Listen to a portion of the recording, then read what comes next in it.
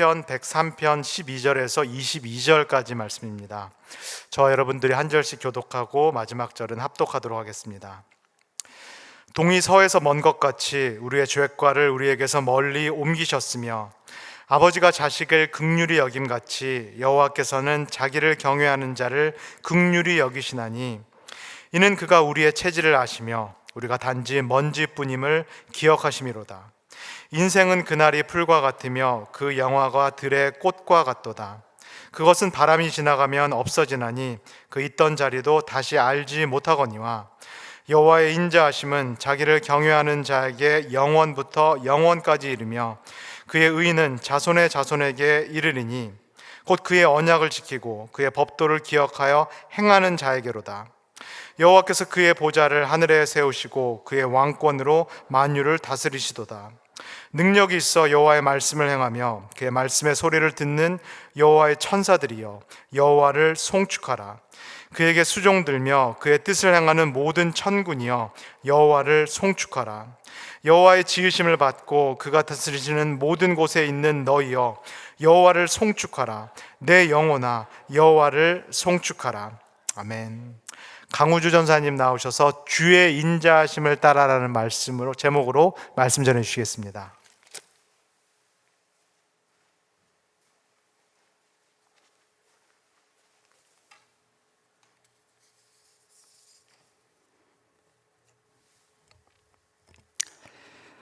오늘 말씀의 문을 열기 전 우리가 어제 받은 하나님의 말씀을 돌아보려고 합니다. 시편 103편 1절에서 11절 말씀은 인생의 마지막 페이지를 써내려가던 노년의 다윗이 결코 잊고 싶지 않았던, 반드시 기억해야만 했던 하나님의 은택에 관한 노래였습니다. 다윗이 노래한 은택은 죽을 수밖에 없는 죄인을 위해 하나님께서 직접 죄의 값을 대신 지불하신 사랑의 사건이었습니다. 다윗은 이 무조건적인 사랑의 은택이 자신에게만 머물기를 원하지 않았습니다. 나라는 통로를 거쳐 억압당하는 자들과 소외된 이웃들에게로 흘러가기를 갈망했습니다. 우리는 어제 두 가지 진리를 목도했습니다. 하나님의 사랑이 정체되지 않고 우리의 삶에서 순환될 때 그 사랑은 과거에 멈춰진 사건이 아니라 현재 나의 삶을 움직이는 원동력, 생명력이 된다.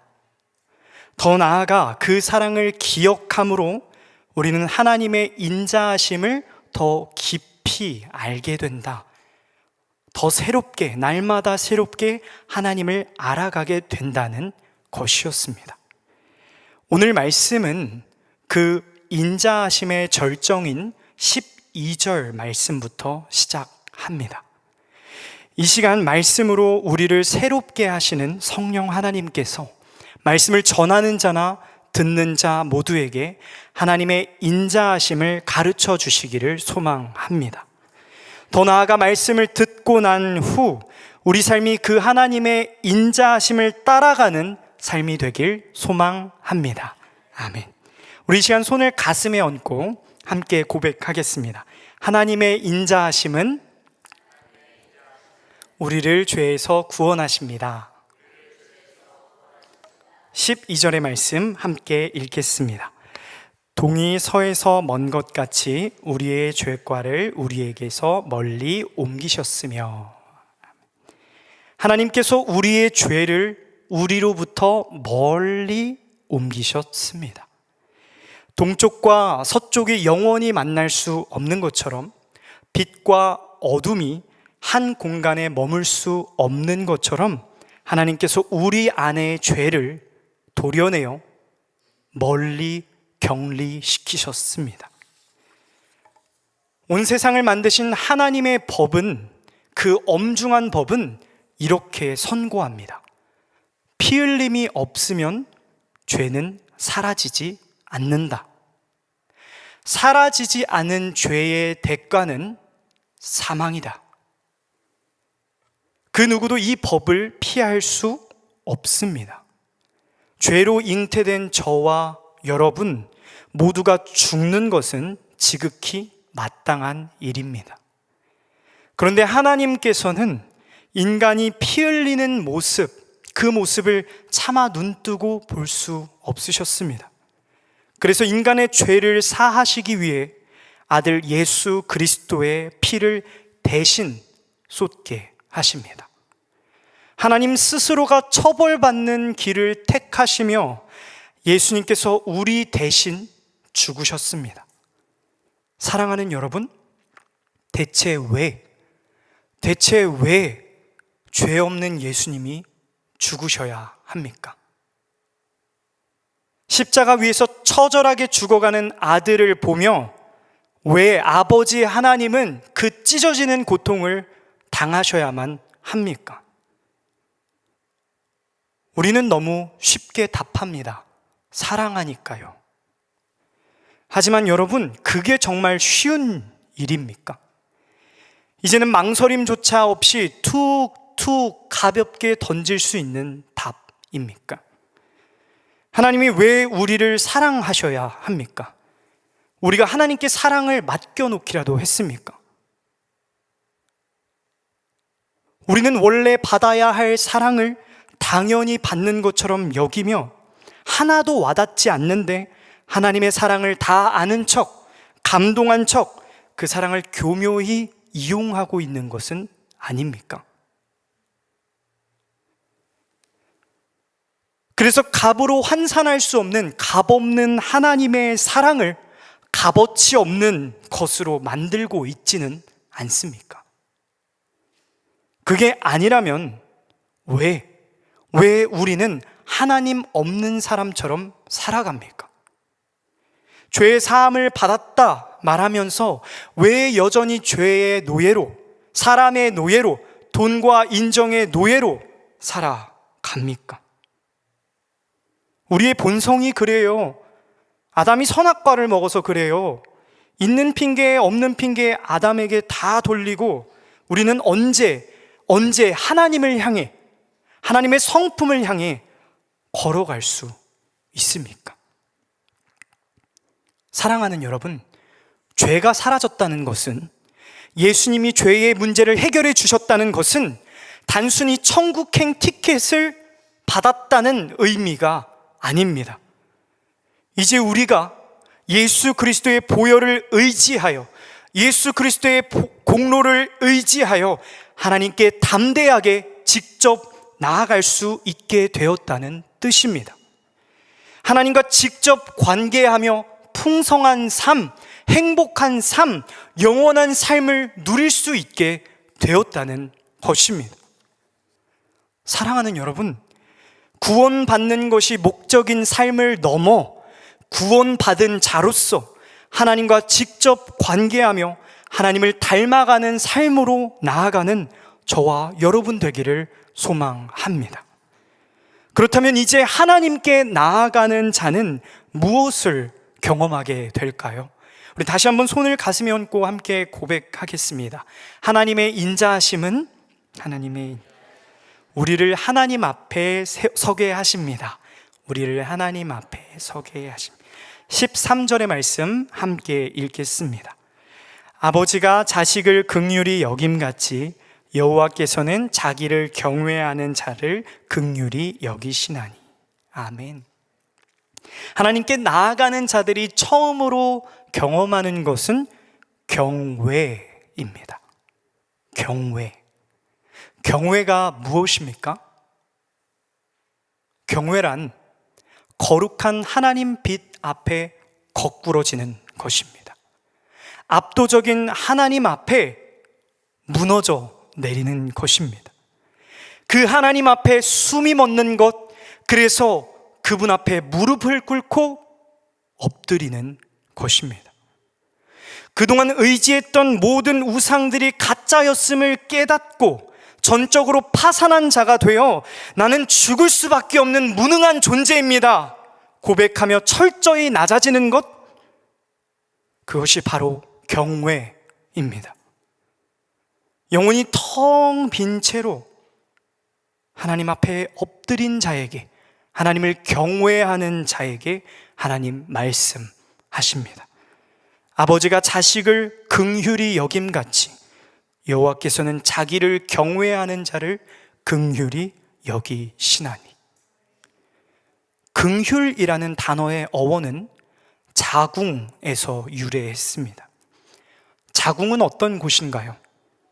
엄마와 아이의 생명이 연결된 곳입니다.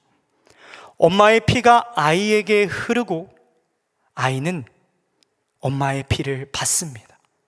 아이의 노폐물은 이제 엄마가 받아냅니다. 엄마의 기쁨과 슬픔은 탯줄을 타고 아이에게 전달되고, 아이가 위험하면 엄마의 자궁 근육은 즉각 수축됩니다. 서로의 세포가 서로의 몸에 평생 남는 곳, 생명뿐만 아니라 감정 그리고 전 존재를 주고받는 곳이 자궁입니다. 하나님께서 하나님을 경외하는 자를 긍휼히 여기신다고 할 때 그 긍휼히 여기신다는 것은 자궁이 뒤틀리는 것을 뜻합니다. 하나님은 인생의 거친 비바람을 맞고 만신창이가 되어 하나님 앞에 엎드려 있는 돌아온 탕자 같은 우리를 보며 창자가 끊어지는, 창자가 뒤틀리는, 창자가 쪼여오는 고통을 겪으십니다. 우리는 때로 하나님을 나르시시스트로, 폭력적인 분으로 오해하곤 합니다. 나를 찬양해라, 내 영광 앞에 복종해라, 그렇지 않으면 넌 벌 받을 것이다, 넌 죽을 것이다, 강요하는 분으로 생각합니다. 그래서 우리는 억지로 하나님 앞에 굴복해야 할 것만 같은 부담감에 휩싸이기도 합니다. 만약 하나님께서 정말 그런 분이시라면 인생의 방향을 잃고 동력을 잃고 죽음의 문턱에서 허물을 느끼며 하나님 앞에 엎드린 자들에게 어떻게 반응하셔야 합니까? 팔짱을 끼고 코웃음을 치며 거 봐라, 내 말 안 듣더니 꼴 좋다, 비웃으셔야 마땅하지 않습니까? 그러나 하나님은 망가진 우리를 보며, 깨질 대로 깨져버린 우리를 보며, 큰 쇳덩이가 마음에 짐처럼 눌려져서 숨도 못 쉬고 있는 우리를 보며 내장이 끊어지는 고통을 겪고 계십니다. 자아가 산산조각난 자녀를 보며 그 자녀의 아픔을 당신의 아픔으로, 그 자녀의 고통을 당신의 고통으로 받고 계십니다. 사랑하는 여러분, 어머니와 아이가 연결되어 있듯 하나님과 우리도 연결되어 있습니다. 나보다 나를 더 잘 아시는 하나님, 그 하나님 아버지께서는 우리의 비참함 속에 직접 뛰어들어 함께 아파하십니다. 세상의 어떤 위로나 세상의 어떤 공감으로도 비교할 수 없는 하나님의 긍휼 속에서 만나는 하나님은 직접 나를 위해 고통받으시는 분이십니다. 그 하나님이 저와 여러분의 하나님이십니다. 그리고 그 하나님의 긍휼이 오늘 우리에게 닿고 있습니다. 하나님 앞에 엎드려 이 긍휼을 경험한 자는 이제 더 깊고 더 넓은 하나님을 알아가게 됩니다. 우리 마지막으로 손을 가슴에 얹고 함께 고백하겠습니다. 영원부터 영원까지 하나님은 인자하십니다. 17절 말씀, 18절 말씀 함께 읽겠습니다. 여호와의 인자하심은 자기를 경외하는 자에게 영원부터 영원까지 이르며 그의 의는 자손에 이르리니 곧 그의 언약을 지키고 그의 법도를 기억하여 행하는 자에게로다. 아멘. 우리를 긍휼히 여기시는 하나님은 우리를 사랑으로 붙드십니다. 그리고 그 사랑에 붙들린 사람은 하나님의 말씀을 더 기억하며 하나님의 말씀을 따라 살아가려 합니다. 이 모든 것의 중심에 있는 사랑, 그 하나님의 사랑은 어떠한 사랑인가요? 이 사랑의 이름은 히브리어로 헤세드, 하나님의 인자하심입니다. 손바닥 뒤집듯 쉽게 변하는 우리의 사랑과는 차원이 다른 이 하나님의 사랑, 이 하나님의 인자하심 안에는 하나님의 언약이 기초하고 있습니다. 하나님께서 직접 하나님의 백성들에게, 하나님께서 직접 하나님의 자녀들에게 맺으신 약속입니다. 나는 너희의 하나님이다. 그리고 너희는 나의 백성이다. 나는 너희의 아버지고 너희는 나의 자녀다. 내가 내 이름을 걸고 약속한다. 이 관계에 내가 시작했으니 내가 끝까지 책임진다. 나는 너희를 끝까지 포기하지 않는다. 언제나 너희를 보호하며 너희와 항상 함께할 것이다. 이 약속, 하나님의 언약은 하나님의 인자하심이라는 옷을 입고 우리에게 하나님의 사랑으로 다가옵니다. 저는 연애를 시작하고 6개월 뒤에 결혼했습니다. 당시 미국 영주권자였던 아내는 저와 연애를 시작함과 동시에 시민권 취득을 했습니다. 결혼을 한 후 배우자 초청 비자를 신청했습니다. 비자가 나오기까지 약 1년 8개월의 시간이 흘렀습니다. 마침내 영주권 인터뷰만을 남겨두었을 때 저는 일주일 동안 잠을 자지 못했습니다. 영어로 너무 빨리 질문해서 내가 못 알아들으면 어떡하지? 실수로 엉뚱한 대답을 하면 어떡하지? 걱정이 꼬리에 꼬리를 물었습니다. 사실 제 마음속 진짜 두려움은 따로 있었습니다. 나의 재정 상태를 물어보면 어떡하지? 뭐라고 답해야지? 작년 말 한국에서 사역을 마치고 일정한 수입이 없었던 제게 돈도 못 버는데 미국에 올 자격이 없다! 거절하면 어쩌나 싶어 밤잠을 설쳤습니다.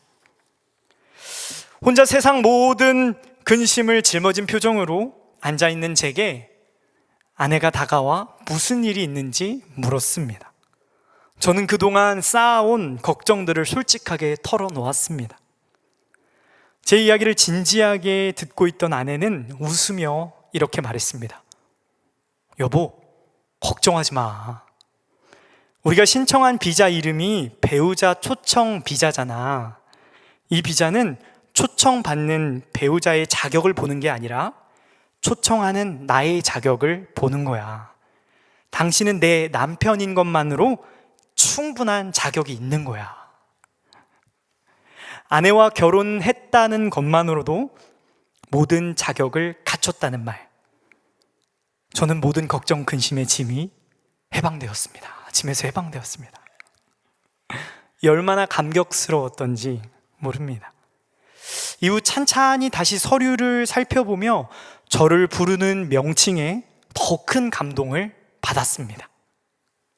여러분 혹시 초청받는 사람의 공식 명칭이 무엇인지 아시나요? 서류 안에는 저를 피초청자나 신청인으로 부르지 않고 모든 혜택을 거저받는 존재, 바로 수혜자라는 명칭이 새겨져 있었습니다. 하나님의 사랑의 수혜자이신 여러분, 혹시 내가 정말 사랑받을 자격이 있을까? 스스로 다그치며 마음 졸이고 계시진 않습니까?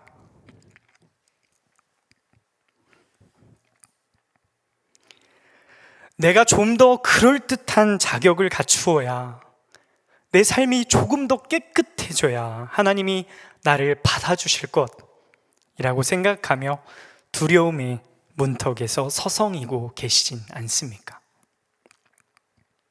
제가 아내와 결혼했다는 것만으로도 미국이라는 나라에 갈 자격이 부여되었던 것처럼 하나님이 우리 아버지가 되신다고 하신 그 약속, 언약을 맺으신 순간 우리의 자격 시험은 이미 끝이 난 것입니다. 자격은 우리에게 있는 것이 아니라 우리를 하나님 나라로 초대하신 하나님께 있기 때문입니다. 그렇다면 우리는 무엇을 할 수 있습니까? 그저 하나님 앞에 겸손히 엎드려 하나님을 나의 왕으로, 하나님을 나의 주님으로 고백하며 그분의 사랑을 거저 받는 것, 자격 없는 나를 사랑하신 그 사랑을 받는 것밖에 우리가 할 수 있는 것은 없습니다. 그럴 때 하나님은 먼지처럼, 들의 풀과 꽃처럼 사라질 유한한 인생을 두 팔 벌려 꼭 끌어안으시며 이렇게 말씀하실 것입니다. 나는 너를 사랑한다. 영원히, 영원부터 영원까지 나는 너를 사랑한다. 말씀을 맺겠습니다.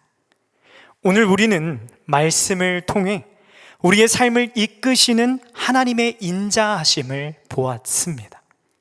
하나님의 인자하심은 우리를 죄의 사슬에서 해방시키셨고, 하나님의 인자하심은 우리를 하나님 앞으로 인도하셨으며, 우리가 그분 앞에 무력히 엎드려 있을 때 하나님의 인자하심은 자궁이 뒤틀리는 진통을 겪으시며 우리를 긍휼의 품으로 안아주셨습니다. 하나님의 인자하심은 이 모든 과정을 지나온 하나님을 경외하는 자들에게 영원부터 영원까지 함께 하실 것이다 약속하십니다. 사랑하는 여러분, 우리를 죄에서 구원하신 하나님 앞으로 담대히 나아갑시다. 그분 앞에 납작 엎드려 우리의 영혼을 쏟아 놓읍시다. 하나님께서 우리의 삶의 주인 되심을 고백하며 하나님을 경외하는 자로 살아갑시다. 나의 아픔보다, 나의 고통보다 더 극심한 고통을, 극심한 통증을 겪으시며 우리를 긍휼히 여기시는 그 사랑을 기억합시다. 하나님이 약속하신 그 사랑을 마음껏 받아 누립시다. 그렇게 하나님의 인자하심을 따라, 주의 인자하심을 따라 살아갑시다. 영원부터 영원까지 인자하심을 베푸시는 주님의 은총이 모든 믿음의 발걸음 위에, 사랑하는 오렌지 가나안 성도님들의 삶 위에 함께 하시기를 간절히 기도하겠습니다. 오늘 말씀은 이렇게 마무리가 됩니다. 여호와의 지으심을 받고 그가 다스리시는 모든 곳에 있는 너희여, 여호와를 송축하라. 내 영혼아, 여호와를 송축하라. 기도하겠습니다.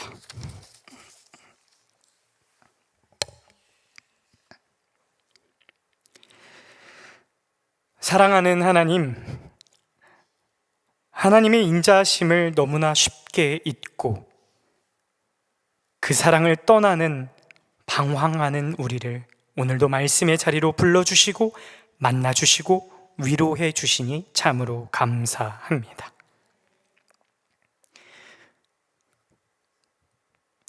우리는 이 말씀의 자리를 떠나자마자 또 다시 흔들리고 넘어지겠지만 주님 그때마다 하나님 앞에 다시 서게 하시고 우리를 기다리시는 그 긍휼의 품 앞에 기꺼이 엎드리게 하여 주시옵소서. 나의 비참함 속에 직접 뛰어들어 나보다 더 아파하시는 하나님의 그 창자가 뒤틀리는 사랑을 기억하게 하시고 그 사랑의 바다에 우리의 전 존재를 담대히 던지게 하여 주시옵소서. 하나님, 불안함에 떨며 흔들리는 우리의 존재를 붙잡아 주시고 하나님께서 예비하신 가장 선하고 아름다운 길로 우리를 이끌어 주시옵소서. 하나님을 경외하며 주의 인자하심을 따라 걷는 걸음에 영원부터 영원까지 동행하시는 예수 그리스도의 이름으로 기도합니다. 아멘.